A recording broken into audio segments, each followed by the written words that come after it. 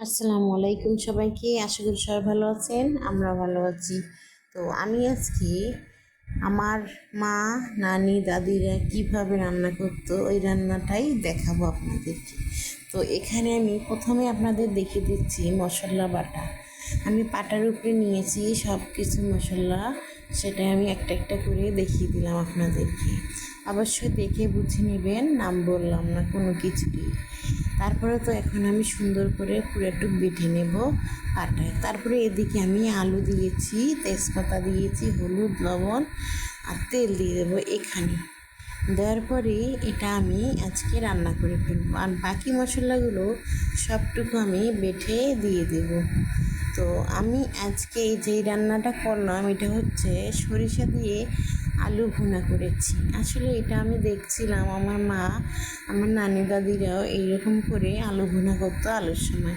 তো এখানে আমি কিন্তু এক পাতিল আলু নিয়ে নিয়েছি। তো এই আলুটা আমার দেশের বাড়ি থেকে এসেছে, আমার ভাই নিয়ে এসেছিল আমার কাছে।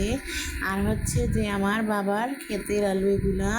তো আমার বাবা বলেছিল যে তোমরা আলুগুলো একদিন ভুনা করে খেও। তো আমার বাবা যেহেতু বলেছিল, তার কথাটা আমি রেখেছি, যার জন্য আজকে আমি আলু ভুনা ইফতারিতে রান্না করে দেব। যে যতটুকু খায় খাবে, সমস্যা নেই। কিন্তু আমার বাবা এত কষ্ট করে কথাটা বলেছে। আসলে গরিব মানুষ আমার বাবা অনেক, কিন্তু তার মনটা অনেক বড়।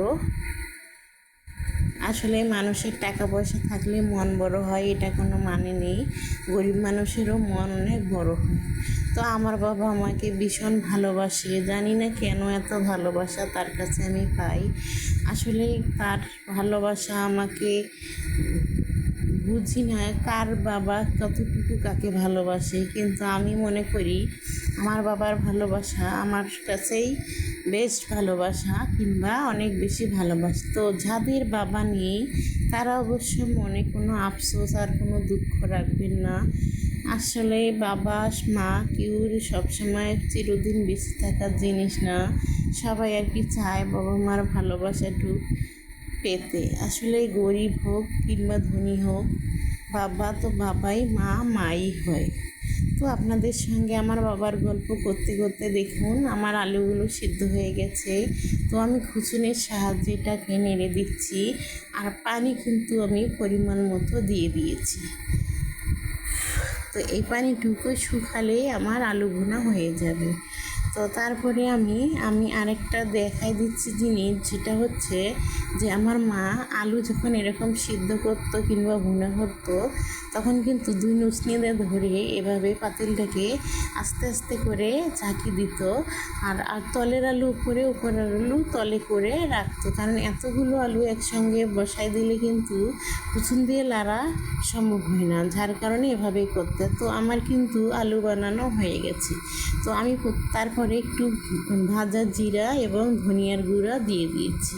তো এখন আমি প্লেটে বাড়িয়ে আপনাদেরকে দেখিয়ে দেব আমার আলু ভুনাটা কেমন হলো। তো আপনার যারা ভিডিও দেখতেছেন অবশ্যই আমাকে কমেন্টে জানাবেন আমার আলু ভুনাটু কেমন হলো।